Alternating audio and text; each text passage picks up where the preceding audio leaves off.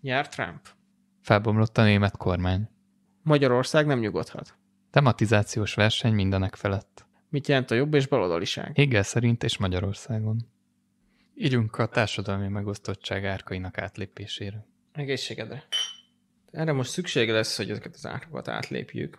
Igen, azért is, mert Amerikában választások voltak, és bár egy kicsit ezek a hírek mára már elhalványultak, vagy hát, hogy mondjam, kevésbé emlékezünk rá, de ugye nyert Trump, ez Igen. most már biztossá vált. Erre emlékezünk, csak már kevésbé része a közbeszédnek. Erre még emlékezünk, és talán egy picit meglepő is volt számomra mindenképp, hogy ilyen sima volt ez a győzelem, ugye mindenki szoros versenyre számított, ahogy hallottam. Hát, mi lehet ennek az oka? Ugye sokkal szorosabb versenyre számítottak, és így a végeredmény az nagyon egyértelmű lett. Tehát, hogy ugye 312 elektort szerzett meg, és csak 270 kell a győzelemhez. Tehát volt egy laza többsége, és 300 elektor fölött szokták a győzelmet landslide-nak nevezni, ami azért fontos, ha legalább 30 elektorral nyer az egyik jelölt, akkor nagyon nehéz megtámadni a választást és átfordítani az eredményt. Hogyha kevesebb, mint 30 elektorral, akkor lehet azt mondani, hogy egy vagy két államban, hogyha más lett volna az eredmény, akkor más lenne a győztes. De 30 elektornál nincs ilyen. Mi ugye a Trump a kapuk előtti adásunkban megjósoltuk, hogy Trump fog nyerni. Ennek azért örülök, hogy így jó 2 héttel a választások előtt ez volt a valószínű, és akkor már lehetett sejteni, mert hogy Harrisnek nem volt nagyon erős politikája, és nem sikerült igazán új politikát behozni, nem volt erős témája, ami témái voltak, azok ilyen gyenge témák voltak, ugye a demokrácia, meg az abortusz, amúgy persze magukban fontos kérdések, de hogy egyik se volt olyan igazán aktuális. Azért, hogyha szokták mondani, hogy Trumpnak a január 6-ai kapitóliumi ostromot, de azt sokszor elhallgatják, vagy legalábbis nem teszik hozzá, hogyha Trump akart volna, akkor amíg elnök volt, akkor kirobbanthatott volna egy polgárháborút, mert akkor még ő volt a hadsereg parancsnoka, ezt nem tette. Ráadásul a kapitólium ostrománál sem arra szólította fel a híveit, hogy ostromolják meg a kapitóliumot, hanem hogy tüntetéssel helyezzenek nyomást a bent lévőkre, és a rendőrség volt az, aki ott helyben nem volt elég felkészülve arra, hogy ott megjelennek a tüntetők, és végül beengedték őket, ahelyett, hogy összecsapjanak velük. Ez kicsit emlékeztet egyébként a tévészékházosromra, még ami Gyurcsány alatt volt, hogy ott is tüntetők oda mentek a tévészékházhoz. Agresszívek voltak, és nem volt ott elég rohamrendőr, és nem is küldött oda elég erősítést a vezetés, és akkor ezért be tudtak törni a tévészékházba. És kicsit itt is ez volt a helyzet, hogy sokkal több tüntető volt, mint amire számítottak eredetileg. Kezdtek átmászni a kerítésen, meg felmászni a falakon, hogy bejussanak, és akkor 2 lehetőség volt, vagy összecsapnak a tüntetőkkel a rendőrök, vagy beengedik őket, és azt mondták, hogy beengedik őket. Az a fontos belőle, hogy annyira nem volt élesen veszélyben a demokrácia a politikai tüntetés miatt, mint amennyire Trumpékról elmondták. Az abortusz kérdést meg igazából nem betiltotta Trump, hanem azt mondta, hogy a tagállamokra bízza, és a tagállamok dönthetnek, hogy ők betiltják-e vagy sem. És ő ezt nem is Trump mondta, hanem a legfelsőbb bíróság visszavonta azt az ítéletet, hogy a tagállamoknak kötelező biztosítani lehetőséget az abortuszra. Most már dönthet úgy egy tagállam, hogy betiltja, de ez nem egy központi szabályozás, hanem ez egy helyi szabályozás.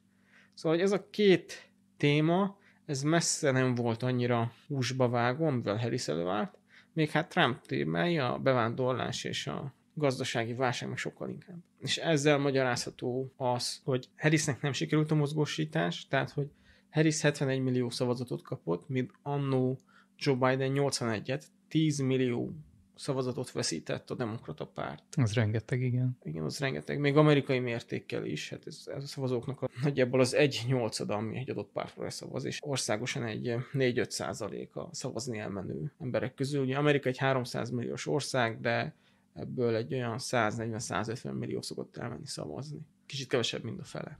Igen, Trump viszont 75 milliót kapott, 75 millió szavazatot, ez 1 millióval több, mint a amit legutóbb. Igen. Tehát valójában sok új szavazót nem csatornázott be. Lehet ezt úgy is értékelni esetleg, hogy Harrisre nem szavaztak inkább az emberek, ugye alacsony volt a részvétel is, tehát ha úgy veszük, nem többen szavaztak Trumpra, de nem sokkal, viszont Harrisre meg jóval kevesebben. Ez valójában a demokrata pártnak a bukása inkább, mint sem Trump győzelme az én értelmezésemben. Ez nagyon érdekes, amit mondtál a washingtoni tüntetés kapcsán is, hogy Trump nagyon ügyesen használt sokféle csatornát, amelyek innen nézve hamis fake news csatornák lehetnek. Itt arra lennék főleg kíváncsi, hogy te múltban említetted a tüntetést, akkor volt a Pizzagate botrány, amiről kiderült, hogy teljesen fake, illetve most ez a lövés, amit kapott a fülére. Ugye erről is most így utólag nézve lehetne esetleg azt gondolni, hogy ez is szándékos volt. Szerintem a lövés nem volt szándékos. Nagyon pici múlott, hogy nem lett egy halálos lövés egyébként. Éppen belemozdult. És ezért nem talált el vagy hát így is eltalálta, de csak a fülét találta, és nem a fejét a merénylő. Ami a botrányokat illeti, ezek olyan ügyek, szerintem a leglátványosabb ebből a szempontból a mexikói fal. Trumpnak van egy olyan politikai tulajdonsága, hogy képvisel témákat, amiket a másik oldalon nem tud hitelesen képviselni. Ilyen például a bevándorlás. És azzal, amikor mond egy szélsőséges dolgot, mondjuk, hogy macskákat vagy kutyákat esznek, vagy hogy falat épít a mexikói határra, ugye a mexikói határ nagy része az egy sivatag közepén van, és oda falat építeni nem sok értelme van, mert 7 napig átkész a sivatagon. Van egy-kettő szakasz, ahol van értelme, régebben is épültek fizikai határzárak, és most is épülnek. Amikor Trump egy ilyen témát bedob, akkor azt tudja nagyon erősen közölni, hogy ő az, aki foglalkozik a bevándorlás ügyével, és hogy ő mindent meg akar tenni azért, hogy ezt megállítsa. Határozott terve van ezzel kapcsolatban. Igen, és a Pizzagate az ugye arról szólt, hogy vannak pedofilok az elit körében. Egyébként ez nem is Trumpnak volt a teóriája, ez a republikánus párton belül terjengett ez a teória. Arról szólt, hogy ezek az elitek egy valamelyik New York-i pizzázónak a pincéjében gyűlnek össze. És ugyan a Pizzagate-ről kiderült, hogy nem igaz, mert abban a pizzériában nem gyűltek össze gyerekeket zaklatni, de egyébként az Epsteinnek az ügye, vagy akár a mostani Didi-féle hollywoodi zaklatások, a Weinstein-féle hollywoodi zaklatások mind azt a képet erősítik, hogy itt valójában van egy korrupt és sok esetben pedofil elit Amerikában. És a Pizzagate ugyan maga lehet, hogy nem volt igaz, de ezt az üzenetet, hogy az elitben vannak pedofilok, és hogy harcolni kell az amerikai elit ellen, ezt képviselte, és Trump meg ugye harcolt, hogy lecsapolja a mocsarat az elit ellen, és ez úgy összevágott. De ő egyébként a Pizzagate ügyet nem vállalta fel. Ugye mondtad, hogy igazából úgy néz ki, hogy a demokraták vesztették el, és nem Trump nyerte. Ez részben igaz. Tehát, hogyha 81 millió szavazót nézzük, akit Biden el tudott volna vinni, hogyha azt mind el tudják most vinni a demokraták, akkor meg tudják nyerni a választást. De ugye messze nem tudtak ennyit elvinni, ugye 71-et vitte Harris az urnákhoz. Ez a 4 milliós különbség, ugye Trump is 1 milliót szerzett, azért ebben van egy olyan rész, akik újonnan lettek republikánusok demokratákból. Ugye Trump növelte az előnyét a latinók, a feketék és a fiatal férfiak, úgy általánosságban a férfiak között. És ez az előny növekedés miatt ennek a szavazóknak egy része a demokratáktól jött. A demokraták nehezebben tudták volna megnyerni ezt a versenyt, ráadásul van egy olyan nagy problémájuk, hogy nagyon nehezen tudtak volna olyan elnökjelöltet találni, aki a demokrata pártnak a különböző irányzatait meg tudja szólítani. Mert egyszerre van a demokratáknál egy nagyon erős szélsőbalos irányzat, és egyszerre van egy ilyen klasszikus demokrata balközép irányzat, és a legtöbb fekete, meg latinó férfi, ők inkább ez a klasszikus demokrata vonalhoz voltak közel, akiknek a szélső balos irány az nem tartható. Mi azt se felejtsük el, hogy a fekete közösségeket nagyon sokszor fekete evangélikus lelkészek szervezik meg. És nekik nehéz amellett érvelni, hogy szavazzanak azokra a demokratákra, akik meg mondjuk egyébként az LMBTQ ügyeket képviselik, vagy akár a katolikus latinóknak is nehéz amellett érvelni, hogy szavazzanak azokra a demokratákra, akik egyébként abortuszpártiak. Tehát, hogy ezek ellentmondások, és ezért a vallási közösségeket a demokraták így kevésbé tudják megszólítani, és a vallási közösség pedig szervező közösségei azoknak a csoportoknak, akiket eddig ők képviseltek. És van egy ellentmondás, amit nehezen tudnak feloldani, mert hogyha egy konzervatív jelöltel állnak elő, akkor az nem lesz elfogadható a szélsőbalnak. Ha egy progresszív jelöltel állnak elő, az nem lesz elfogadható a balközépnek. És ezért a balközép egy része átszivárog a republikánusokhoz. Az érdekes, hogy Trump egy elitellenes kampányt is folytatott, miközben ő maga is az elit része abszolút. tehát sikeres üzletember, sikeresnek mondható. Vannak filmszereplői, Kevinnek megmutatta az utat, hogy merre kell menni. Igen, igen. És mégis az emberek elhiszik, hogy ő valójában a demokráciáért küzd, a kis embereknek a az nem zárja ki, hogy a demokráciáért küzd azt, hogy az elitből származik. Ez igaz, de hogy egy szintre tud kerülni a kis emberek problémáival, valahogy elő tudja adni, hogy ő mindenkivel foglalkozik, pedig azért tudjuk, hogy nem. Hát ez, hogy tudjuk, hogy nem, nézd, ez a te érzeted. Szerintem... Vagy bizonyos Szerintem körökkel. Az Trumpnak a politikájáról inkább el lehet mondani, hogy az átlag embereknek a gazdasági kérdésével akar foglalkozni. Hogy legyen így akkor. Ez mennyire lesz sikeres, az egy másik történet, meg ugye ezek a vámpolitika ebben mennyire jó megoldás, az egy másik történet, de hogy ezzel akar foglalkozni, azt szerintem sokkal egyértelműbb Trump esetében. A demokraták nagyon erősen ráálltak arra, hogy réteg problémákkal foglalkoznak, akár a feminista ügyek, akár az LMBTQ ügyek, de nem is kell feltétlenül a TQ, mert nagyon sokszor mondják, hogy hát sok Magyarország elemzőt is használtam, hogy hát a transz ügyekkel nem kell ennyit foglalkozni a demokratákkal. De hogy valójában az LMB, mind a meleg ügyek is egy rétegügy, ami nem a társadalom 70%-át érinti, hanem mondjuk az 5%-át a társadalomnak, és akkor szerintem kicsit magasra is raktuk a récet. De ugyanez igaz a feminista ügyekre, és ami ugyan ketté osztja a társadalmat, de még így is csak az 50%-át érinti, hogyha elfogadjuk, hogy minden nőnek fontos dolog a feminizmus. Igen, és ugyanígy a bevándorlás kérdés is valójában Harrisék az integrációt és annak erősítését támogatják, de ez mégsem üt át annyira, mint egy ilyen határozott fellépés, mint amit Trump képviselt, hogy lezárjuk a határokat, nem jön be több migráns, és aki itt van, az pedig biztos.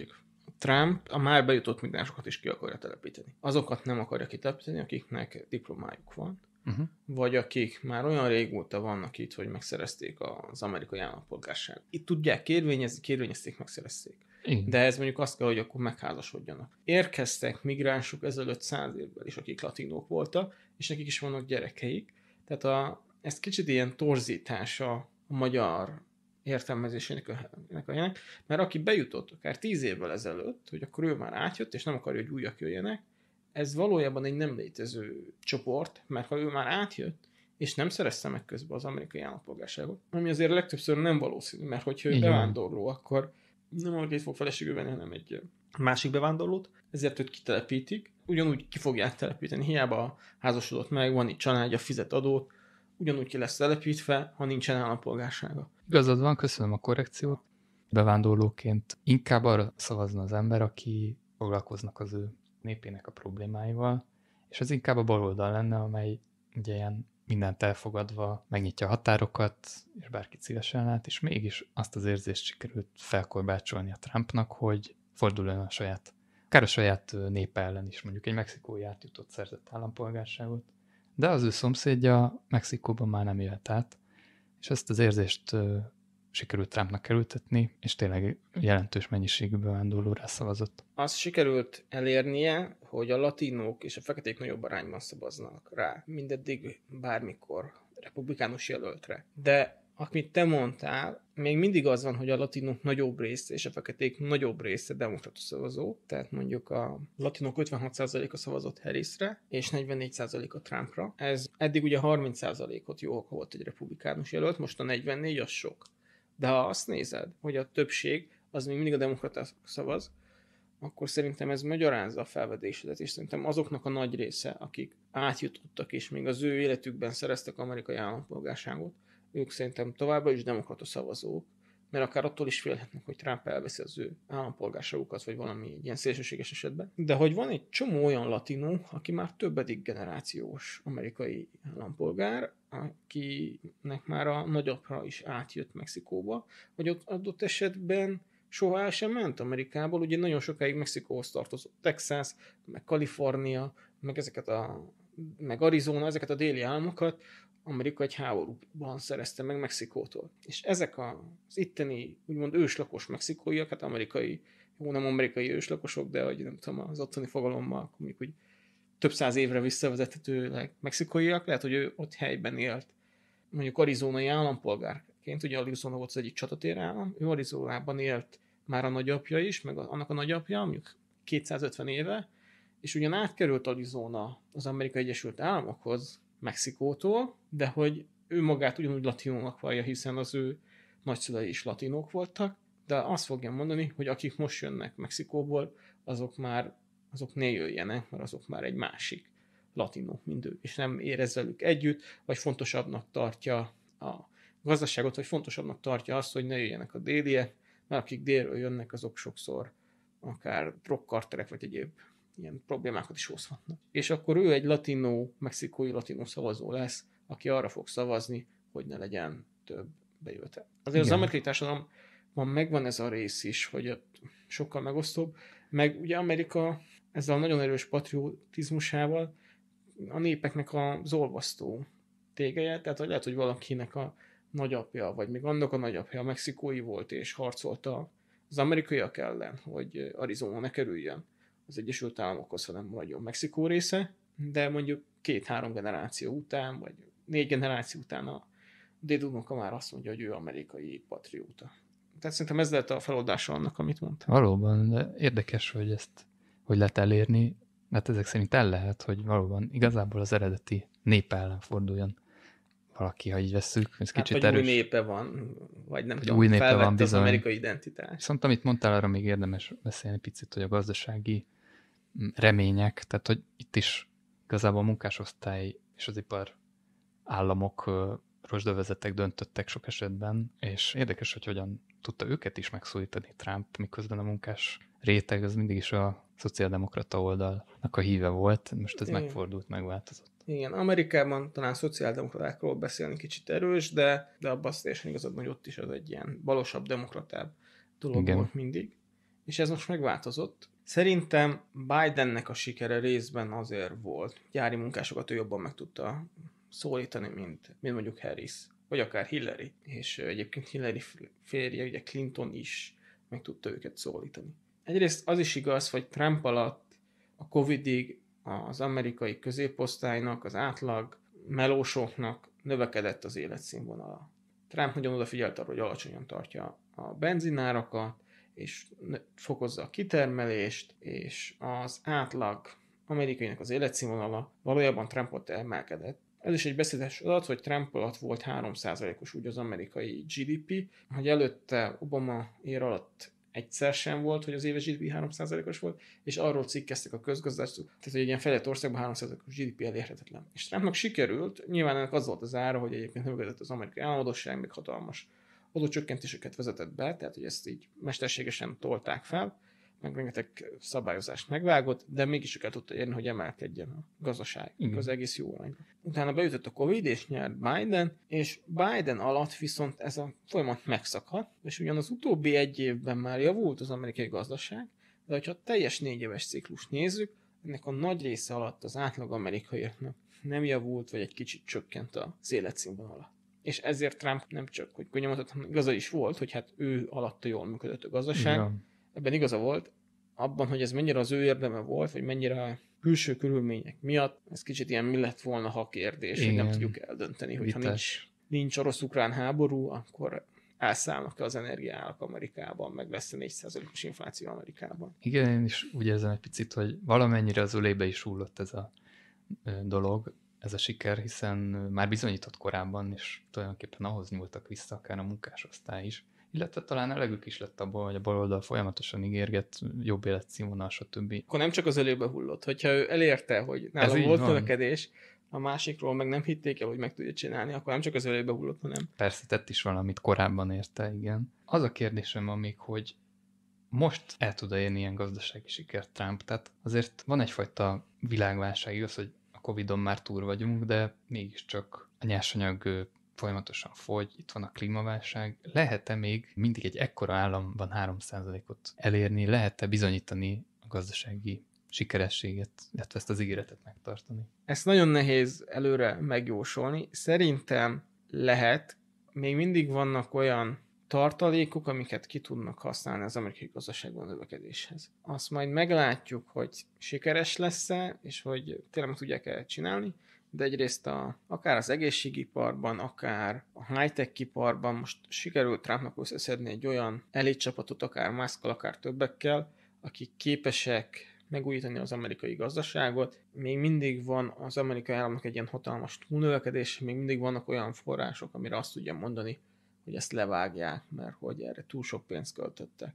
Az előző ciklusában volt, hogy rengeteg segélyt megvágott mondjuk afrikai országoknak a teljes AIDS elleni harcot, amit hirdetett az Amerikai Egyesült Államok, és rengeteg pénzt költött el éves szinten, hogy Afrikába harcoljanak az AIDS ellen, azt Trump egyszerűen kidobta az első ciklusában. És még mindig vannak ilyen lehetőségek, és készül is, akár Európa kapcsán, hogy kevesebb amerikai csapat állomásozzon külföldön, ami az amerikai adófizetőknek rengeteg pénzébe kerül. Persze Amerikának is jó, mert nagyobb az erőkivetítő képessége, de hogyha ezek egy részét visszahozza, és mondjuk Európának nagyobb arányban kell magát megvédenie, az azt fogja jelenteni, hogy több erőforrás marad.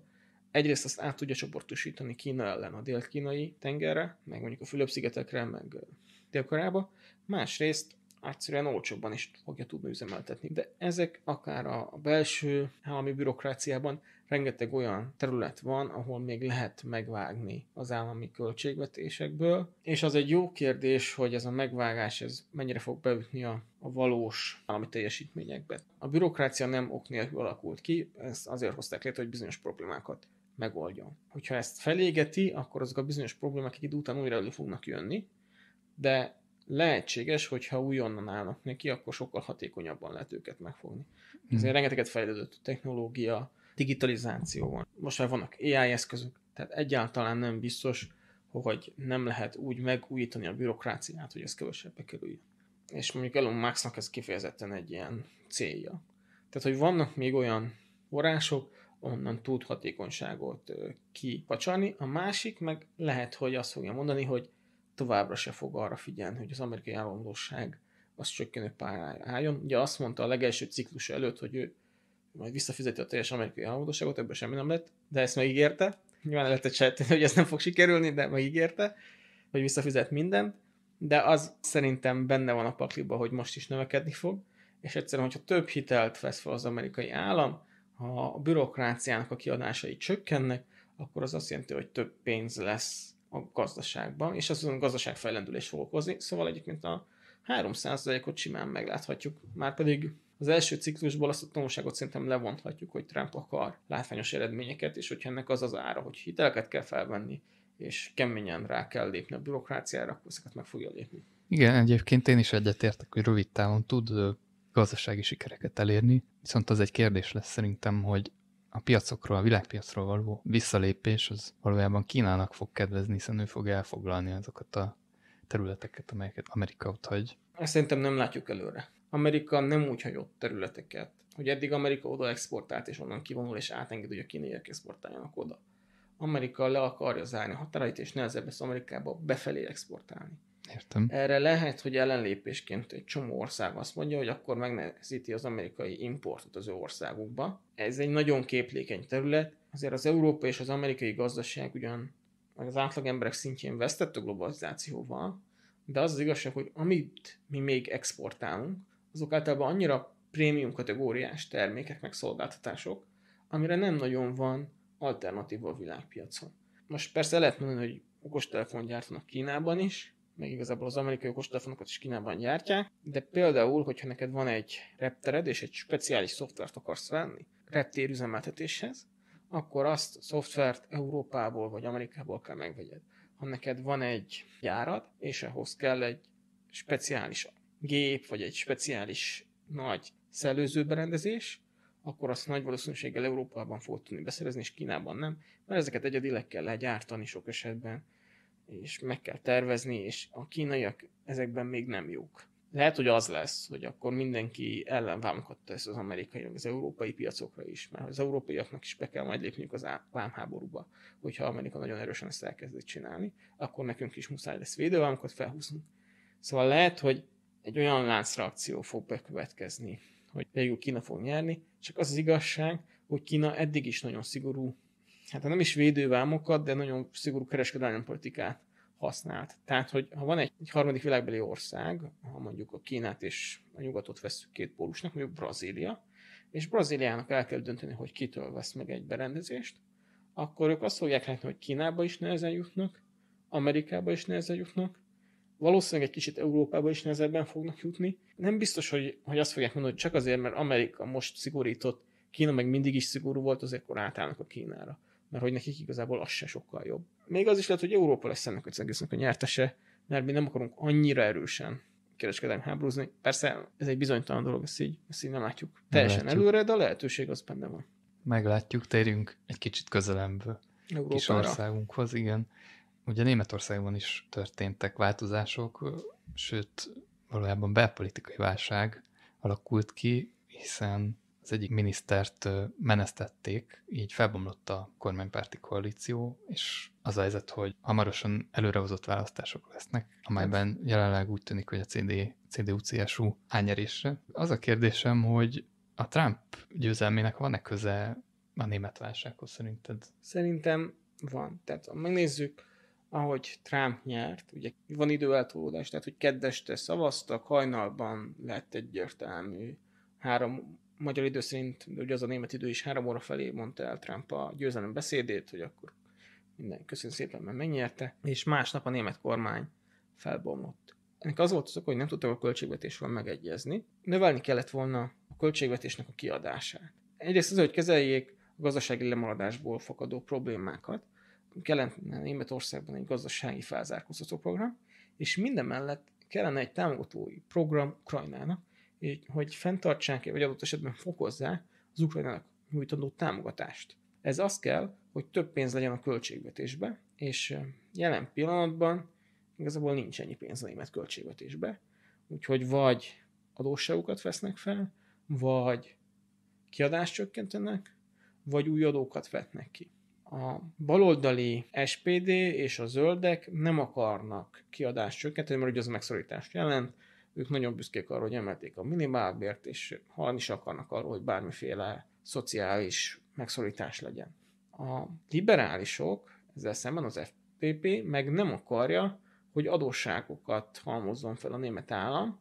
Ugye Németországban a liberálisok azok ugyanúgy kulturálisan is liberálisok, tehát ugyanúgy nem tudom, a marihuánát legalizálni akarják, meg a melegházasságokban mellett kiállnak, de nekik nem ez a fő profiljuk, alapvetőleg gazdasági liberálisok, és azt akarják, hogy a gazdaságban mindenki önellátó legyen, és az állam minél kevésbé szóljon bele a gazdaságba, és ők meg nem akarnak hallani se adóemelésről, se pedig arról, hogy az állami költségvetés felbomoljon, és akkor az állam ne egy ilyen égyelő államként csak saját magát lássa el.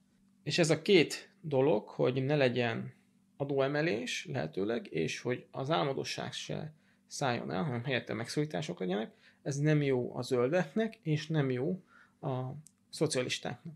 És egyébként, hogyha Harris nyer, akkor lehetséges, hogy nem kell Németországnak nagyban növelni az Ukrajnának nyújtandó támogatást. Így, hogy Trump nyer, ez egy teljesen valószínű forgatókönyv, hogy Németországnak növelnie kell az Ukrajnának nyújtandó támogatást. Miért kell ez miért ennyire evidens? Nem evidens, csak reális. Ugye Trump beszélt arról, hogy ugye 24 óra alatt békét tesz, ez lejárt és nem történt meg, de annak van egy reális esélye, hogy Németországnak és Európának át kell venni az ukrán háború finanszírozását, vagy legalábbis nagyon mértékben kell finanszírozza. Ebben Németországnak kell az egyik fő szerepvállalónak lennie, mivel hogy az ő a legnagyobb európai gazdaság. És az az érzésem, hogy ezen a helyzeten igazából az AfD meg a Sarah Wagen pártján kívül senki nem akar változtatni, és ők nekik együtt jó, ha megvan a 30%-uk. Tehát, hogy a német politika nagy része úgy gondolja, hogy meg kell állítani Putyint, és meg kell védeni miatt az ukránokat. De ugye ez több pénzbe kerül, nem tudjuk még mindig, hogy Trump mit akar csinálni Ukrajnában. Az biztos, hogy Európának többet kell költeni a védelmi kiadásokra, és lehet, hogy az ukrán háborúra közvetlenül többet kell költenie. Ez azt jelenti, hogy ha Harris nyert volna, akkor nagyobb esély van arra, hogy a német koalíciónak nem kell megoldani ezt a problémát, hogy több pénzt kell beszedni a költségvetésbe, mert akkor egyszerűen elodázzák kicsit a gazdaságfejlesztést. Így viszont nagyobb az esély annak, hogy több pénzt kell költeni, így hogy Trump nyert. Tehát ez a probléma sokkal aktuálisabb. El tudom képzelni, hogy direkt várták meg ezt a helyzetet a német politikában, hogyha Trump nyer, muszáj foglalkozni azzal, hogy a költségvetésbe több pénz kell. Ha Harris nyer, akkor van esély, hogy nem. Logikusan hangzik, és amit mondtál is az előbb, ez a terjeszkedésnek a visszaszorítása Trump kapcsán, hogy itt akár még a NATO tagság is úgymond veszélybe kerülhet esetleg, vagy bizonytalanná. Ezt hogy érted? Úgyhogy Trump nem biztos, hogy olyan mértékű segítője lesz a NATO szövetségnek, mint esetleg egy baloldali kormányzás lenne. Így a háború akár Európára nézve is közvetlen veszélyekkel járhatnak. Egyrészt Trump és a NATO kapcsolata. A NATO az ugye Észak-Atlanti Szövetség, tehát az Atlanti óceán két oldalát köti össze. Igazából Amerikában két tagja van, Kanada és az Egyesült Államok, és a másik oldalon, tehát az európai oldalon meg az európai országok nagy része. De ezt világosan tudjuk azért, hogy az USA ebben főszerepet vállal. Az USA az, aki a legtöbb, neki egyrészt az ő a legnagyobb gazdaság, másrészt ő költi a legtöbbet a hadiparra, tehát hogy ő adja a NATO gazdasági erejének a felét, és a NATO katonai erejének a kétharmadát. És bizonyos képességekben meg, mivel hogy annyi pénzt költ, főként a hadseregre, ezért van egy csomó képességünkben egyedülálló.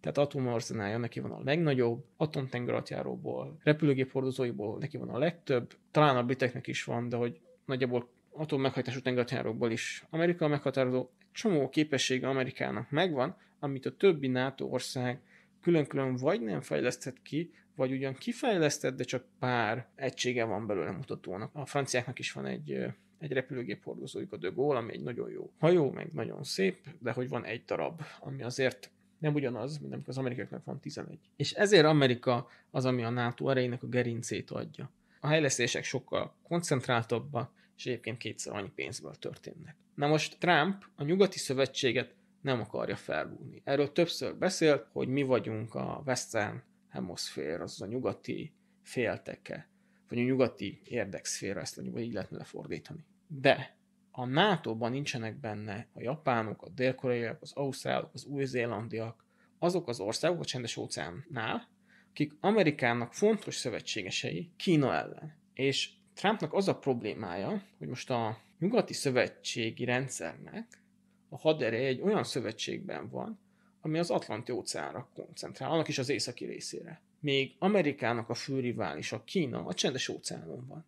És neki egy olyan katonai szövetség kéne, amiben benne vannak a japánok, a dél-koreaiak, a Fülöp-szigetekiek, az ausztráliak és az új-zélandiak is. És ez azért probléma, mert hogy a NATO az a Szovjetunió ellensúlyozására, manapság az oroszok ellensúlyozására jött létre, de az amerikaiaknak már nem ez a fontos hadszintér. Értem. És Trump át akarja rakni a súlypontot, egyébként minden amerikai vezetés át akarja rakni, csak Trump sokkal keményebben képviseli ezt, ezért beszélt arról, hogy szerintem már nincs NATO, meg ezt meg lehetne szüntetni. Ez alatt ő nem azt érti, hogy ez az amerikai-európai szövetséget kell felbontani, hanem azt érti, hogy egy olyan szövetségre van szükségünk, ami Kína ellen, hát nekik biztosan Kína ellen jelent alapvetőleg védelmet, és Kína elleni fókuszú, míg a NATO az ugye egy ilyen Szovjetunió, később Oroszország elleni fókusszal jött létre, amire nekik most olyan nagy szükségük nincsen, nem az amerikaiaknak. Európaiaknak még mindig szükségünk van rá, de erre Trump azt mondja, hogy oldjuk meg mi, igen, európaiak. Európának magát kell megmenteni az úttal. És egyébként, ha a gazdasági erőt nézzük, akkor Európa egy 500 milliós tömb, Oroszország 140 milliós, Oroszország GDP-je Spanyolországéval egyenlő, tehát hogyha összeadjuk, akkor nagyjából 10-szeres a GDP-nk, mint az orosz. Igazából, ha mi komolyan vennénk a fegyverkezést, akkor Európa elbírna Oroszországgal. Csak nincs, aki vállalja ezt a felelősséget Németországban, ugye? Igen, egyrészt nincs, aki vállalja ezt a felelősséget. Sőt, ugye ellene kampányolunk itthon is. De még annyiba visszatérnék Németországra, hogy nekem az volt érdekes picit, aztán lehet, hogy kijavítasz, hogy ez a baloldali kormányzás, ez sem Amerikában, sem Németországban valahogy nem tud hosszú ideig uralkodóvá válni egy országban, és igazából ez Magyarországra is igaz, hogyha az utóbbi évtizedekben belegondolunk. Érdekes, hogy ez miért lehet, és hogy miért mindig a jobboldali hagyomány érvényesül hosszú távon az embereknél, és a baloldali kormányok mindig ideiglenesek, és igazából protest kormányok, tehát a jobboldali hibák észrevételére alapozva jönnek létre, és igazából hosszú távon megoldást nem nyújtanak, tehát mindig ideiglenes kampányok. Hogyha most ilyen nagyon hátra lépünk, és több évtizedes távlatból nézünk erről, mit gondolsz esetleg ugye a jobb és bal tengely kapcsán? Azt gondolom, hogy ez Magyarországon nagyon erősen így van. Kicsit Németország is inkább jobboldali, de ott ez nem ennyire egyértelmű, mert ugye nagy koalíció volt nagyon sokáig. A jobb oldal vezette a nagy koalíciót, de a bal oldallal együtt volt nagy koalícióban. Igen. Tehát, hogy ott szerintem ennél nem egyértelmű. Amerikában majdnem teljesen váltógazdálkodás van. Ez is igaz. És ez alapvetőleg ország specifikus. Tehát, ha mondjuk megnézzük Spanyolországot, ott nagyon sokáig és nagyon sokszor baloldali vezetése van az országnak. Ugye Spanyolország egy jobboldali diktatúrából szabadult fel. Ha megnézzük a közép-európai országokat, itt általában jobboldali vezetés van, de itt meg egy baloldali diktatúrából szabadultak fel az országok.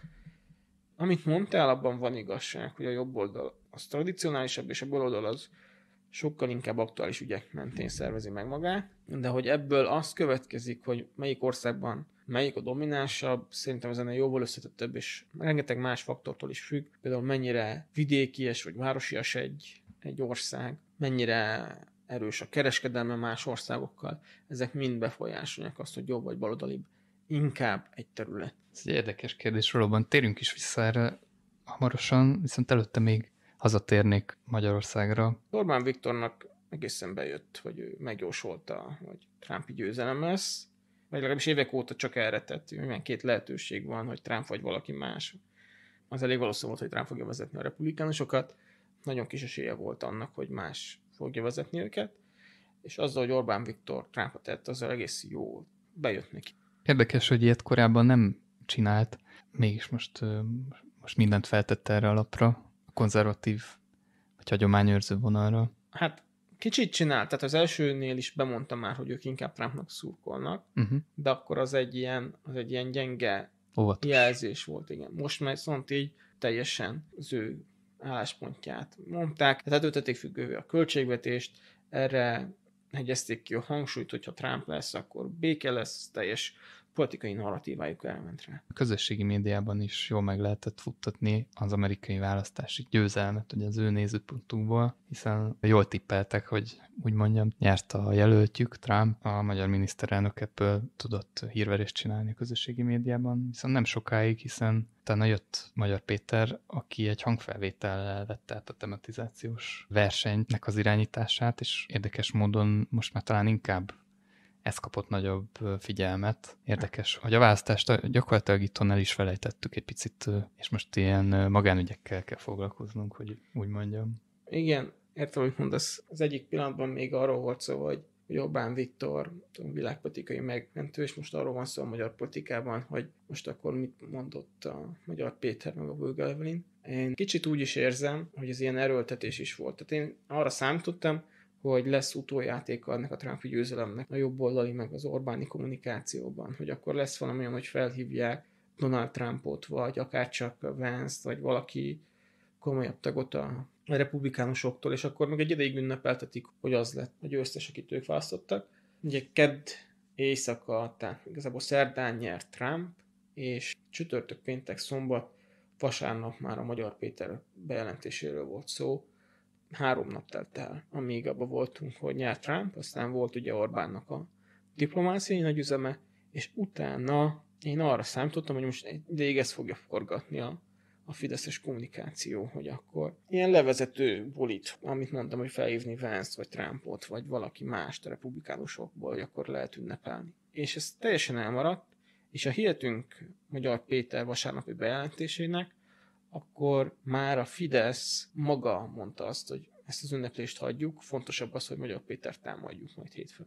És szerintem ez nem ok nélküli, mert ugye kijött a Mediánnak egy kutatása kicsit a választások előtt, amiben a Tisza lehagyta a Fideszt. Lehet, hogy nem pont a Medián értékével, de hasonló kijött a Fidesznek is, és ezért elengedték ezt a külpolitikai dolgot, és azt mondták, hogy most sokkal fontosabb, hogy a belpolitikájára fókuszáljunk. Akkor ez azt jelenti, hogy Orbán Viktor, mint nagyüzemi diplomata mostanság, hiszen főként az európai, tehát Brüsszel vív harcot az utóbbi időben, kénytelen lesz hazajönni és a belpolitikával foglalkozni? Szerinted? Hát ilyen nagy álmokat ne dédelgessünk.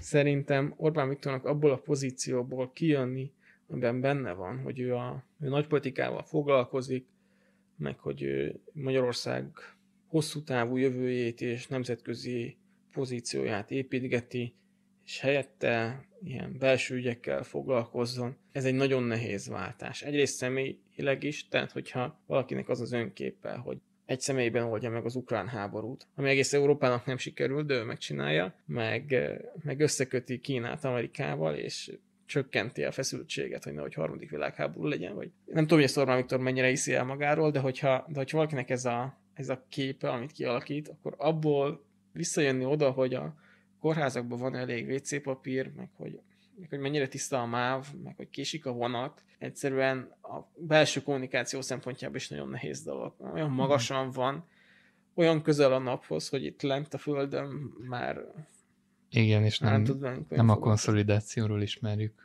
a miniszterelnököt. És ez a másik. Tehát, hogy ezt se nagyon látjuk, hogy olyan konszolidálódna bármikor is a Fidesz. Úgyhogy szerintem nem fogja ezt feladni, ezt a pozícióját. Egyszerűen szükségük van arra, hogy támadják Magyar Pétert, és hogy stabilizálják a saját szavazóbázisukat. Ugye a támadások azok sok esetben visszaütnek. Tehát amikor Trump ellen is volt, ugye, hogy Harris, meg a demokraták rengetegszer beszéltek Trumpról, meg egyébként ezt a hibát Trump is elkövette, amikor Biden ellen kikapott, hogy rengeteget beszélt Bidenről. És általában, aki többet beszél a riválisáról, az veszíti el a választást. Mert valójában az egy védekező pozíció, amikor az egyik fél azt mondja, hogy a másikkal ez a baj, az a baj, amaz a baj, mert addig sem arról beszél, amíg azt mondja, hogy a másikkal mi a baj, hogy azáltal, hogy ő van hatalmon, vagy ha ő lesz hatalmon, hogy a kívülről beszélünk, akkor milyen plusz dolgokat tud tenni az országért, vagy milyen plusz dolgokat fog tenni az országért, vagy azért, hogy jobban éljenek az emberek, és ez Orbánnak most teljesen kiesik. De hogyha ezt tudja, ígérgetni akkor tudnak leginkább. Ezt egyébként csinálják, meg is van ígérve, hogy jövőre 3 és 6% között fogunk erősödni, a GDP-ben. Erre az évre is volt ígérve 3%, az sem lesz meg valószínűleg, de hogy ígéreteket tudnak csak tenni, és ehelyett, mivel hogy az ígéreteket nehéz alátámasztani, emellett azt tudják még csinálni, hogy támadják Magyar Pétert, hogy aki fideszes, meg fideszes lapokat olvas, az sokkal erősebben tudja azt mondani, hogy elutasítja a Tiszát, és sokkal kisebb legyen az esélye annak, hogy elgondolkozik azon, hogy átszavaz a Tiszára. De attól ez még egy védekező pozíció, most a Fidesz van, és védekezésből nyerni nem lehetetlen, de nehezebb. Igen. Egyébként szerintem egy kicsit érdemes ezek a medián számokat jobban megnézni. Ugye a Tiszát 46-ra, a Fidesz 39-re mérik, ez a 7% ez egy elég komoly különbség a biztos szavazók között. Azt is talán érdemes megjegyezni, hogy a Fidesznek nagyon sokszor voltak rejtőzködő szavazói. Tehát az előző választáson, de az előttin is egy kicsit felülteljesített a Fidesz ahhoz képest, amit az átlag mért neki. Az előzőn még a saját mérésüket is felülteljesítették. Ugye amit nézőpont kihozott, meg amit a Fidesz elért, a Fidesz többet ért el, mint amit a saját kutatója kimért neki. Tehát, hogy amikor ugye Márki-Zay volt a kihívó, ennek az esélye most is megvan. Tehát az, hogy 39%-os a fideszes, abban lehet, hogy van valamennyi rejtőzködő, akiket nem tudtak megmérni. A másik érdekesség, hogy a Mi Hazánkot 6%-ra mérte a nézőpont, tehát hogy a Mi Hazánkot úgy látszik annyira nem ütötte meg. Igen, az a medián. Igen, a medián, bocs, köszönjük a javítást. És a DK-t meg kieső helyre mérték 3%-kal. Igen, valóban érdekes, csak hogy összehasonlításképp a nézőpont 31%-ot mért a Tiszának, és 40-et a Fidesznek. 46-ot a Fidesznek, nem? Nekem 40-re emlékszem. Azért még nem mindenki szerint ilyen egyértelmű, hogy most kivezet. Igen, ez így van. De valóban érdekesek a számok. Meg tényleg érdekes az is, hogy Orbán bár Brüsszelben harcol, mégis a kommunikációt itthon tartja azért, és valóban a kihívó ellen fordítja, ha jól értem, amit mondasz. Igen, közben meg Brüsszelben érdekelt valójában. De az biztos, hogy látjuk, hogy most ez a tematizációs verseny, ez nagyon erős. Ez igazából érthető is lenne, ha mondjuk pár hónap múlva lenne egy választás, de nincs. Igen. Ez nem fog kifulladni? Nem tudom. Sokan nem politizálunk mostanában, hiszen nincs választás, egyelőre nincs is kilátásban, jön a karácsony, és mégis úgy tűnik, hogy most a közélet ez maximumra pörgött. Szerinted meddig lehet ezt bírni? Tehát nem fog ez elfáradni másfél év alatt? De szerintem valamennyire el fog fáradni. Már szerintem most is elkezdett fáradni, hogy meglátjuk, hogy melyik oldal fog jobban elfáradni a tematizációs versenyben. Előre látni egy kicsit nehéz, de most nem igazán jósolnék még semmit, mert eddig Magyar Péter nagyon ellenállónak bizonyult, de sokkal inkább egyedül van, míg a Fidesznek egy hatalmas gépezet van a háta mögött, ami ugyan nem működik nagyon effektíven, de lehet, hogy az idő alatt jobban rácsiszolódik, és lehet, hogy Magyar Péter feladál, de az is lehet, hogy nem tud a Fidesz túllendülni azokon a hibákon, amiket valójában az elmúlt 10 évben nem tudott megoldani, és Magyar Péternek meg lesz akkor a lendülete, hogy abból egyedül megoldja a problémát. Ennél még nem vállalkoznak, hogy most megmondjam. Amit mondtál, az viszont szerintem abszolút igaz, hogy egyre inkább elfárad a magyar politikai közösség. Ha belegondolsz, ez a mostani Vóge Levelin-féle felvétel, ez már a harmadik felvonása a Magyar Péter VS valamelyik Excel, nem tudom, színdarabnak. Tehát volt a Varga Judit féle összeveszés, volt az Evelinnek az első indexes interjúja és összeveszés, ez most az Evelinnek a második hangfelvétele és összeveszése. Ez összességben a harmadik Magyar Péter VS X felvonás, és a második Vóge Levelin VS Magyar Péter, nem tudom, színdarab vagy dráma, és nekem az az érzésem, hogy ez olyan nagyon nagyot nem fog már ütni. Az, hogy Magyar Pétert lehallgatják, a telefonját, meg állítólag lehet, hogy a lakásában is van lehallgató, meg hogy Vóge Levelin lehallgatta, és csinált róla felvételeket. Tehát ezt eddig is tudtuk, szerintem ezzel lehet, hogy lesz valamennyi új szavazója Magyar Péternek, akik nagyon kiakadnak azon, hogy hát ilyet csinálnak vele, de ezek alapvetőleg az ellenzéki, vagy talán a bizonytalan szavazók közül fog valamennyit behúzni. Egyébként, ha egy kicsit hátrébb nézünk, az egész ügy már annyira sáros, meg telített, meg már minden oldal volt, minden pozícióban. Volt az is, hogy aki a hangfelvételt csinálja, az miért csinálta, és ne csináljon. Most éppen megváltozik a szerep, és most az Evelyn csinálta a hangfelvételt, és egyszerre kell amellett érvelni, hogy Evelyn jól csinálta, hogy csinált hangfelvételt, meg Magyar Péter meg rosszul csinálta, hogy felvette a beszélgetését a Varga Judittal, meg a másik oldalról meg amellett, hogy Magyar Péter a nemzetet szolgálta, hogy felvette, de azzal, hogy az Evelyn meg felvette Magyar Péterét, azzal csak nem tudom, a saját szerelmét akarta, hogy a párját lejáratni. Kormányt ugye, mert hogy az is kiderül, hogy a kormánnyal került kapcsolatba. Igen, egyébként az ugye eléggé szerintem bizonyítva is van. Igen. Ugye az Alkotmány utca, ahol lakást kapott, az konkrétan a Kossuth térre fut ki. Nem tudom, hogy utcára néző ablaka van a lakásnak, amit kapott, de ha van, akkor kinéz az ablakon és látja a parlament kupoláját. Ez egy egész jó hely. Lehet, hogy új részletek kiderülnek hamarosan, viszont az tény, hogy sikerült elterelni ezzel a figyelmet az amerikai választásra, amelyből a Fidesz tudott volna tematizálni, viszont én úgy érzem sokszor, hogy nem tudom eldönteni, hogy vagy nincs muníciójuk, amit kihasználnának, vagy egyszerűen tartalékuk van, és amelyet nem lőnek el. Szerinted van még puskapor náluk, amit a megfelelő pillanatban fognak ellőni? Például most itt volt ez a választási győzelem, amiről beszéltünk, és itt is, amit mondtál, akár felhívhatta volna az alelnököt, a miniszterelnök, vagy bárki a kormányból, gratulálni, egy népszerű videót csinálni belőle, és nem történtek ezek meg, vagy mintha nem is készültek volna arra, hogy itt a Trump nyer, és ebből majd lehet kommunikációt csinálni. Én úgy érzem, hogy teljesen visszavettek kommunikációsan, nem is igazán szeretnék tematizálni a közéletet, és mindig csak reagálnak Magyar Péterre, akinek úgy tűnik végtelen tölténye van a tarsolyban, mert azt kell mondanom, hogy bár lehet, hogy ez csak az én algoritmusaim miatt van, de ő vezeti a tematizálási versenyt jelenleg. Egyébként szerintem is. Most volt egy pillanat, amikor Trump győzelmével Orbánnál pattogott a labda, és a Watergate-es keretesésével az Evelyn-féle felvételnek ezt Magyar Péter szerintem visszavette. Alapvetőleg olyan hírek dominálnak, jó, a fideszes pártmédiában nem feltétlen, de az egy nagyon egyoldalú, hogy Magyar Pétert lehallgatják, hogy Evelyn jól tette ezt vagy sem, de szerintem nem az, ami fontos, mert ez kicsit már ki is fulladt, hogy van a Fidesznek még tölténye, szerintem van. Egyrészt a gazdaságban tudnak osztogatást hirdetni. Jövőre valószínűleg akarnak egy nagyvonalúbb gazdaságpolitikát. Meglátjuk, hogy mennyire lesz teli a költségvetés, hogy beindul-e a gazdaság, mint ahogy mondták.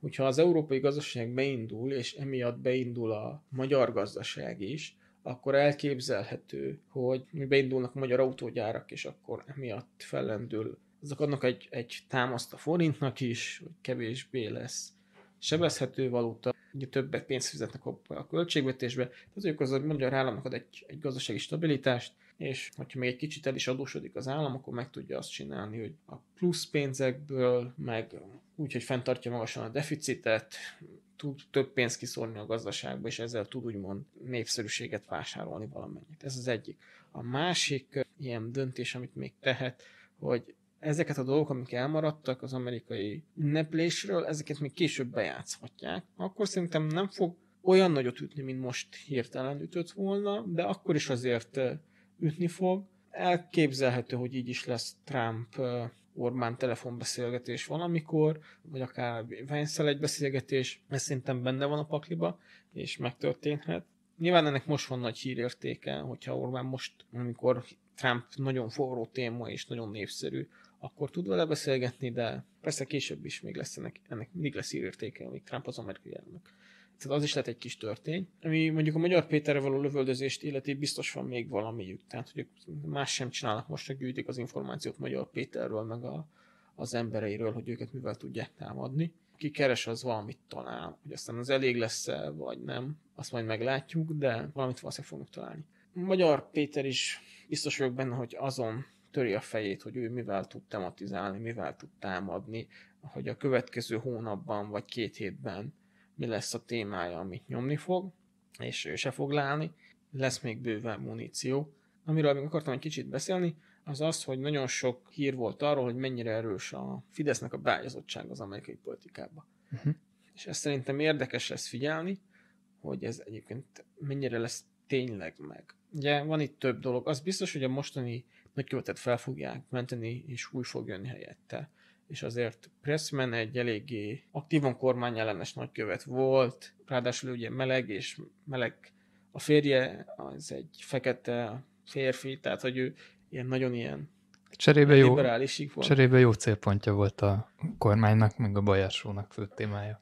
Szóval, hogy őt valószínűleg le fogják cserélni az amerikaiak, és odaraknak valakit, aki hozzájuk lojális, hogy ez mennyire lesz Orbánékkal megegyező ember, vagy mennyire lesz önjáróbb amerikai érdeket vizsgáló figura, azt még nem tudjuk. Az egy jó kérdés, hogy mennyire gyorsan fognak kinevezni valakit Pressman helyére, és ami még egy fontos dolog is érdemes figyelni, hogy az amerikai-magyar kettős adózás kizáró egyezményt, amit a Bidenék visszavontak, milyen gyorsan fogják újra kötni a magyar és az amerikai kormány. Nem gondolom, hogy Trumpnak most Magyarország a fő fókusza között van. De ugye ezzel lehet lemérni azt, mert ugye azt állították konkrétan, hogy program szintjén benne vannak a magyar agytröztök, meg magyar gondolkodók, az amerikai programalkotásban. És a Heritage Foundation-re erre vannak jelek, konkrétan személyeket tudunk, akik átjárnak oda. Csak hogy a Heritage az egy nagy amerikai agytröszt, és azt nem tudjuk, hogy a Trump támogatók közül ennek a Heritage-nek mennyire erős a befolyása. Mert volt már, hogy el is határolódott tőlük Trump a választás alatt. Nyilván erre azt mondják, hogy azt mondhatja valaki a kormány oldalról, vagy a fideszes nézőpontból, hogy hát azért határolódott el, mert hogy voltak erősebb dolgok is, és hogy nem akarta, hogy arról szóljon a választási kampány, hogy vényhez kötnék a fogalmazásgátló tablettát. Ezzel szemben az is lehetséges, hogy ugyan a Heritage Foundation-nel jó kapcsolatot sikerült képítenie Orbánéknak, de hogy a Heritage meg nem egy sarkalatos pontja a Trumpi kormányzásnak. És ez simán megtörténhet. És nem tudjuk, hogy ez a mély program szintű együttműködés, ez valójában mit jelent. És ez majd például ilyen ügyekből fog kiderülni. Mert hogyha tényleg program szinten együttműködnek az amerikaiakkal a fideszes háttéremberek, akkor azt, hogy olyan nagykövet legyen kinevezve, aki így kedvező, az, hogy hamar újra kössék ezt a kettős adózás kizáró egyezményt, ez meg fog történni. Hogyha ezek nem történnek meg 1,5 éven belül a választásokig, akkor az azt jelenti, hogy akkor ez nem így volt. És egyébként ez egy támadási pont is lehet innentől kezdve, hogyha ez nem történik meg egy vitában, akkor el lehet bagatelizálni az Orbán-Trump kapcsolatot. Tehát mondhatja bárki, hogy mi értelme volt ennyire jobban lenni Trumpal, hogyha egyébként még ez az adóegyezményt nem sikerül megkötni. Igen. Ez főképpen a következő választáson fog kiderülni szerintem, hogy milyen sikeres lesz ez az amerikai-magyar kapcsolat, de abban biztos vagyok, hogy a Fidesznek szüksége van Trumpra a következő választáshoz is, és ezért mindent meg fognak tenni az együttműködéshez. És kicsit már most is úgy érzem, hogy egy ilyen Amerika-Európa csatát fogunk majd itt Magyarországon látni, mert hogy ugye Magyar Péter Brüsszelben van beágyazva a képviselői által, Orbán Viktor pedig az USA embere lesz, ha úgy vesszük, mintha ide be lennének hozva külföldi ügyek is majd. Hát érdekes, ezt meglátjuk. Talán az érdekes, hogy az ország ügyeivel úgymond nem annyira foglalkozunk, és nyilván most persze Magyar Péter azért igen, egyébként országjárásban is van, ha jól tudom, de hogy ő is... Most a Fidesz is. Igen, a Fidesz is országjárást hirdetett, tehát hogy kezdenek rájönni, hogy ez fontos, meg találkozni kell az emberekkel. Mégis úgy érzem, hogy ez egy másodlagos szempont talán, és furcsa, hogy sem a konzervatív oldal, sem a szociálisan érzékenyebb oldal nem karolja fel igazából. Most nem csak a jelenről beszélek, mert talán most mintha kezdődne valami, de nem igazán foglalkozik a magyarokkal jelenleg senki. Ugye talán Magyar Péter azért sem eléggé, mert nem ő van kormányon, és ugye brüsszeli mandátumot vállalt elsősorban, kormánynál pedig Brüsszelben harcol a miniszterelnök, és tulajdonképpen csak a alkalmazottait hagyta itthon. Tehát működik az ország, de ki foglalkozik az emberekkel. Az érdekel, hogy mit értesz hozzá, hogy ki foglalkozik az emberekkel, vagy mi az, amit hiányolsz, mivel nincs foglalkozva. Ez rengeteg probléma van, tehát a szociális helyzet az továbbra is romokban, igazából az iskolák továbbra is függnek a tankerületektől, az egyházak is a kormány pénzcsapjain csüngenek, az egészségügy is, a kórházak, ezt ugye ismerhetjük. Most ez volt téma szerencsére, de aztán most kicsit elfelejtettük, és tudom, hogy ezek évtizedes problémák, de azt szeretném látni, hogy a magyarokkal velünk foglalkozik valaki. Én budapesti lakosként olyanra szeretnék szavazni, aki foglalkozik velem valamennyire, még akitől úgymond magyarnak érezhetem magam. Az európaiság megvan, az amerikamánia is megvan, de egy picit azért magányosnak érzem magam. Kicsit több hitelességet várok. Mert van egy kormány, ami kicsit magára hagyott, úgy érzem, és akkor van egy ellenzék, ami nyilván kormány ellen képződik meg, de mi az, amitől jobb lehet? A másik, hogy a kormánynál az utánpótlást hiányolom, ami egy konzervatív oldalnál nagyon furcsa, hogy nem építenek fel utánpótlást. Ugye beszéltük, hogy a jobb oldalon általában hosszú távon gondolkoznak, és lehetőség van hosszú távú kormányzásra is, akár régen a dinasztiákat is, ha úgy veszük, én őket is a jobb oldalra sorolom, és mégis ez a hagyomány most a Fidesz részéről nem látszik, hogy felépítenének új embereket. Szerintem a Fidesz gondolkodásától az a hozzáállás, hogy ők dinasztiákban gondolkodnak, nincs messze. Igen. Az, hogy családok vannak, meg az, hogy sokszor, ha egy képviselő meghal, akkor mint a lányát, vagy a fiát indítják helyett. Szóval ez egy eléggé ilyen dinasztikus húzás. Igen, Konzsófiánál is, ez igaz, Dobóváron is. Egyébként szerintem ez a monarchia dolog a Fideszben megvan, tehát ott elég erős a dinasztia. Vagy a horti nosztalgia. Igen, de az szerintem egy általánosabb jobboldali dolog. Sziszi kultusz. Ez valamennyire azért megvan a jobb oldalon.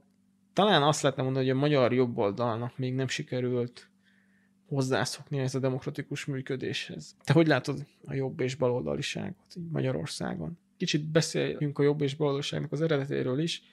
Ugye ez eredetileg a francia forradalomban alakult ki, hogy voltak a jobb és a baloldaliak, és jobboldaliak ők azt mondták, hogy a királyt nem kell megölni, hanem maradhat, és voltak a baloldaliak, akik azt mondták, hogy de ki kell végezni. És végül aztán a baloldaliak megölték a királyt, majd a jobboldaliakat is, majd egymást is, de ez egy másik történet.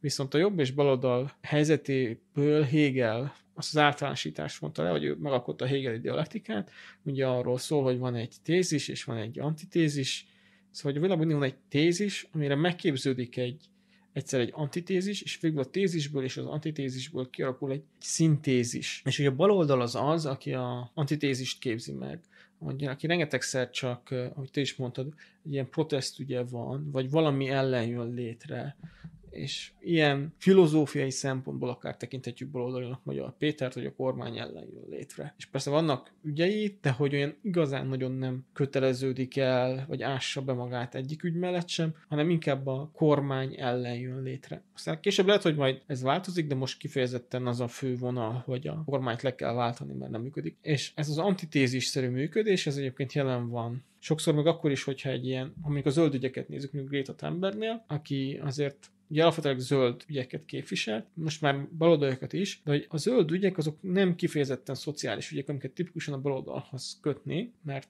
nem lesz tőlük olcsóbb az átlag emberek élete, az átlag munkásoknak nem lesz jobb a körülményeik, hanem az kicsit ilyen elit, vagy egy kicsit ilyen jómódú társadalom probléma. De ez egy nagyon erősen egy antitézise a fennálló világrendnek, hogy nagy baj, hogy túl nagy a széndioxid kibocsátás, hogy sokkal erősebben kell harcolni a globális felmelegedés ellen. És a kapitalizmusnak. Igen, és a kapitalizmusnak is egy erős kritikája lett. Aztán persze ez a filozófia, ez egyébként hozza azt, hogy ugyanúgy fog küzdeni más baloldali ügyekben is, és egyébként át is ment baloldali politikusnak Greta Thunberg. De hogy alapvetően a zöld ügyek, azok nem egy szociális ügy. Sokszor van ez a tévhit, hogy a baloldalt azt így a szocializmussal teszik egyenlővé, ami nem igaz. Az igaz, hogy amikor valami ellen egy antitézist megképeznek, akkor az rengetegszer humanitárius, úgymond szociális okokból jön fel, mert ha az a kérdés, hogy hogyan tudjuk jobban a világot, akkor arra ritkán az a válasz, hogy gazdagoknak legyen több pénzük. Általában az a válasz, hogy az átlagember éljen jobban, vagy a szegények éljenek jobban, és kevesebb legyen a szegény. Tehát, hogy a szociális ügyeknek mindig van egy ilyen baloldali, tegyük jobban a világot hangulata. És a jobb oldal ezzel szemben az, aki a szintézis megképzésére törekszik, a tézisből és az antitézis összevonásával, és szerintem ez is nagyon jól követhető akár a nemzetközi politikában, vagy akár a magyar politikában. Sokszor vádolják azzal Orbán Viktort, hogy a Kádár rendszert hozta vissza. De hogy ez egy jobboldali dolog, hogy megnézzük, hogy volt az egyik rendszer, meg van az új rendszer, és akkor mi az, ami a kettőből ugye a szintézist adja.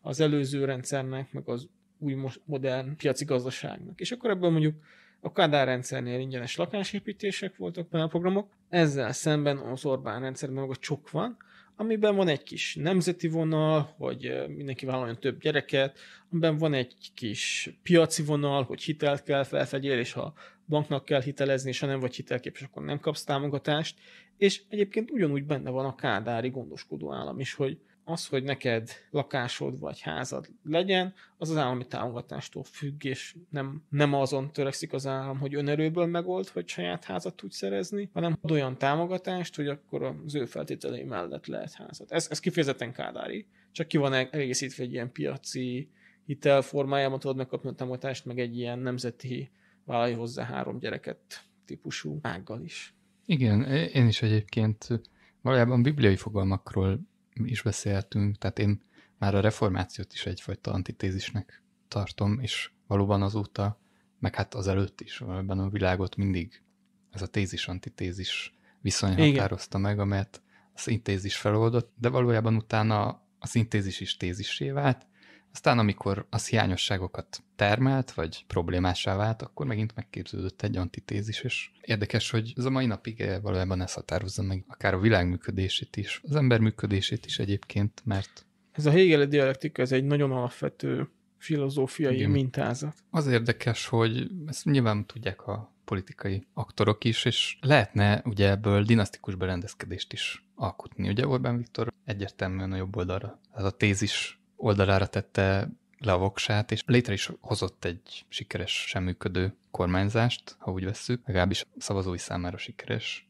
Mégis az az érdekes, hogy nem dinasztikusan gondolkozik ebben. Részben igen, amennyit mondasz, hogy bizonyos képviselőknek a leszármazottait az utóbbi időben beépíti a politikájába, de miniszterei utódlásáról kevésbé gondolkozik, illetve hiányolom a fiatalokat is. Ezzel szemben viszont létrejött egy antitézis Magyar Péter személyében, ki pedig becsatornázza a fiatalokat, pont azokat, akik utódjai lehetnének a kormányzásnak. A fennálló rendnek. Így van, és most úgy tűnik, hogy az antitézis lesz a következő tézis. Nyilván ez egy elmarkodott gondolat, de a tendencia egyelőre így néz ki. Hogy lehet az, hogy a kormány nem foglalkozik a tudással, illetve a dinasztikus szempontokkal? Szerintem Orbán Viktor, meg az egész Fidesz valahogy a szintézise volt a rendszerváltásnak. És ebben meg is maradt. Tehát, hogy Orbán Viktor is jött egyébként kifejezetten az antitézises, ilyen liberális, nemzeti liberális vonalból indult el, abból átment egy ilyen nemzeti konzervatívra, amíg és hát végül a Fidesz lett a szintézis. Tehát, hogy tudom, 4 választáson keresztül volt kétharmaduk, és majd, hogy nem egyetértés alakult ki a magyar társadalomban. Nyilván tudom, hogy ez nem igaz, de hogy a magyar társadalmi elit, gazdasági elit nagy része vagy a kormány képezte meg, és ilyen nerlovag volt, vagy pedig idomult a kormányzathoz így úgy amúgy. És nagyon kevés független gazdasági elit maradt, de aki egyébként ellentétben állt a kormánnyal, de ez a politikai elitre is igaz, azok is mind kényszerpályákon voltak szemben a Fidesszel. Ez egyfajta szintézisszerű állapot volt, hogy akkor Orbán becsatornázott mindent, meg a Fidesz becsatornázott mindent, minden problémát le tudott kezelni, és ebből létrejött egy ilyen monolit tömb, ami kb. Kikezdhetetlen volt. Igen. És akkor kivált ebből a tömbből egy darab, Magyar Péter, aki egyébként ennek a szintézisnek egy jó részét elfogadja, azt elfogadja, hogy legyen magyar zászló, hogy a nemzeti szimbólumok mennyire fontosak, és ezeket ő használja. Ugye ezeket a Fidesz kisajátította a baloldallal szemben, akik egyébként nagyon erősen internacionalisták is voltak, meg a liberálisok is sokkal internacionalistábbak voltak, mint a Fidesz.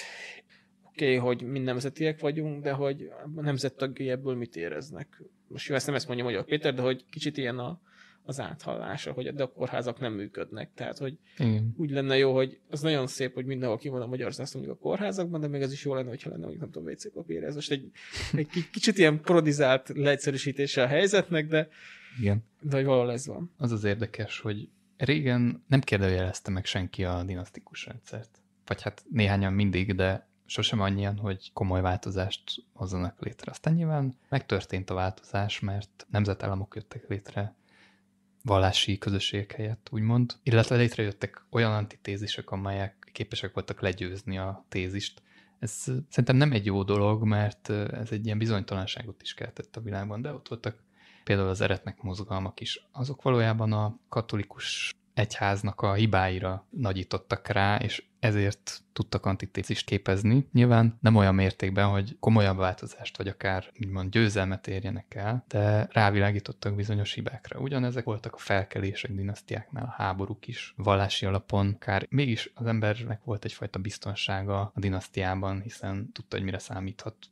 Nem volt például ez a kampány turbulencia, ami manapság jellemzi a társadalmakat. Ezt nehéz felfogni is egyébként, de az a kérdésem, hogy miért... Szerintem értem. Igen, hogy mi változott ma, és miért van ez a folyamatos változás, és miért nem lehet visszatérni ezekhez a... dinasztikus viszonyokhoz. Igen, illetve, hogy egy jó kormányzás valójában nem is szülne antitézist igazán, igaz? Vagy ez már egy annyira mediatizált világ, hogy bármiből lehet. Ehhez az kéne, hogy tökéletes kormányzás legyen. Tegyük fel, hogy olyan kormányzás jön, ami mindent megold, egy problémát nem tud megoldani, a nejlonzacskóknak a színére. És ha nem gondol erre a problémára, és minden nejlonzacskó mondjuk nem tudom, zöld, és jön valaki, és azt mondja, hogy szerinte sárga kell, akkor lesznek emberek, akik hallgatni fognak rá, és szerintük is kell majd nem tudom, sárga, és ebből lesz egy antitézis.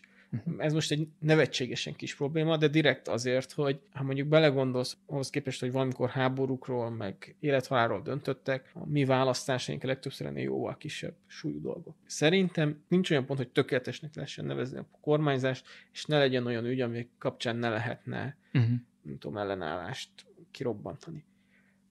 Ami szerintem, ami miatt nem tud visszatérni, vagy nem jó, ha visszatér a dinasztikus kormányzás. Mondtad ugye, hogy sokkal kevesebb bizonytalanság volt abból, hogy ki a kormányzó erő. És egyébként Magyarországon is, most lehet, hogy 26-ban ez változni fog, de mondjuk ezelőtt 2 évvel, de még ezelőtt 4 évvel is igazából nem nagyon volt kérdés, hogy ki lesz a kormányzó. Erről mert szinte biztos, hogy a Fidesz lesz. És az a baj, hogy a társadalomban a bizonytalanságok, azok egy ilyen hálót alkotnak. És ha egy pontot nagyon erősen leszögezel, hogy már pedig biztos, hogy ki lesz az elnök, vagy a király, tehát a vezető, mondjuk a politikát azt leszögezed, hogy az biztos pont, akkor egy csomó másik dolog a hálóban az úgy torzul. Tehát képzelj el egy hálót, ami szépen egyenesen van, és az egyik pontot kiemeled, vagy lehúzod, akkor az összes többi pont ahhoz az egyhez kezd el idomulni. És valójában a többi pontban bizonytalanságot fog hozni. Abban biztos lehettél, hogy Orbán Viktor fogja vezetni Magyarországot ezelőtt 2 évvel. Abban már nem lehettél biztos, hogy Orbán Viktor milyen gazdasági törvényeket fog hozni, vagy nem írják-e felül az alkotmányt. Az alkotmány egy sokkal bizonytalanabb ponttá vált, amiatt, hogy a Fidesz biztosan kormányzott, és az is elég valószínű volt, hogy 2/3. Ha egy pontot a társadalomban biztosnak veszel, és azt mondod, hogy az nagyon biztos, az nem tud változni, akkor rengeteg más dolog sokkal bizonytalanabbá válik. Mondjuk, hogy a gazdaságban, ha alapítasz egy céget, az mennyire tud előre menni. Mert hát, hogyha Orbán Viktor hatalma fix, akkor az, hogy a te céged mennyire tud növekedni, az fog függni Orbán Viktor döntésétől, ami meg valójában nem egy teljesen racionális döntés lesz, hanem egy kicsit az ő kedve alapján való döntés lesz, mert az ő hatalma nem fog függeni a cégekhez való viszonytól, mert hogy az fix. És az alkotmány módosításától se fog függeni a hatalma, tehát akkor az alkotmányt is könnyebben fogja módosítani, tehát akkor az alkotmány se lesz egy annyira biztos pont. És valójában, ha egy pontot, vagy egy társadalmi szerepet nagyon kőbevésettnek veszünk, az azt fogja eredményezni, hogy rengeteg más a társadalomban bizonytalanság fog keletkezni. A nyugati demokráciákban, ahol gyorsan változik a politika, főleg Amerikában az elnök csak 2 évig lehet, ahol nagyon dinamikusan változik a politikai vezetés, ott a politika az nagyon nem fix. De ezért cserébe általában kiszámíthatóbb a gazdaság, vagy általában kiszámíthatóbb a jogállamisági szerep. Amiatt, hogy a politika az jóval bizonytalanabb. Igen, ez érdekes, amit mondasz. Viszont végül is mégis politika érdekli talán ott is jobban az embereket, mint minden más. Ezt hogy érted? Igazából minden át van ott is politizálva. Igen. Valljuk be. És itthon is így van, itt ugye annyi van tényleg, amit mondasz, hogy az összes többi rendszer is hatással van a politika. Köszönöm, hogy itt voltatok. Ha tetszett a videó, akkor feltétlenül küldjétek el ismerősötöknek, és iratkozzatok fel